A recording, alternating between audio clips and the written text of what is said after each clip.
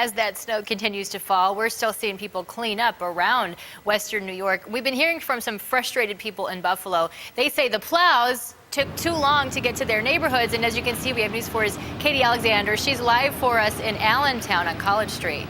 Well, Teresa, this intersection really shows how much progress the crews have made this morning with their plowing and their treating.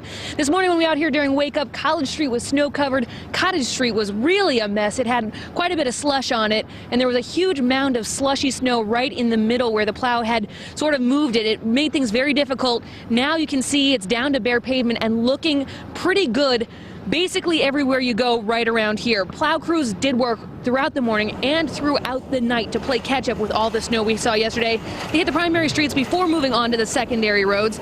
By late last evening, there were still quite a few of those secondary roads that were waiting to be plowed, much to the frustration of the people who live there and were trying to get back to their own streets where they live.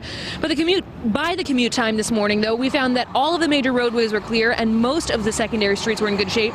There were, however, a few exceptions we saw where the streets were still pretty sloppy. Cottage Street, where we are now, was one of those. At least some people were still frustrated with the snow clearing today, while others told us they understood the delays. They need to do a better job.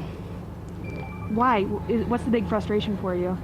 I mean, a lot of people don't want to shovel nowadays. So it's like hard to get through the snow, especially with the kids going to school and everything. So I think they should start cleaning it up. Because it should be clear. It's, it always was in the past. What are you going to do? It's a tight street. They'll get her eventually. After all day yesterday, yeah, you would have thought they could have got to some of these side streets, but, they only have so much equipment, and they got to spread it out and get the main roads first. So. It's difficult for some businesses.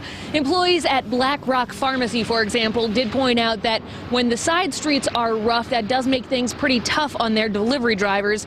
Still, city crews were definitely out throughout the morning this morning, making a lot of progress. As we can see here, they had 40 plows out around the clock, working 12-hour shifts with those workers. Reporting live, Katie Alexander, News 4.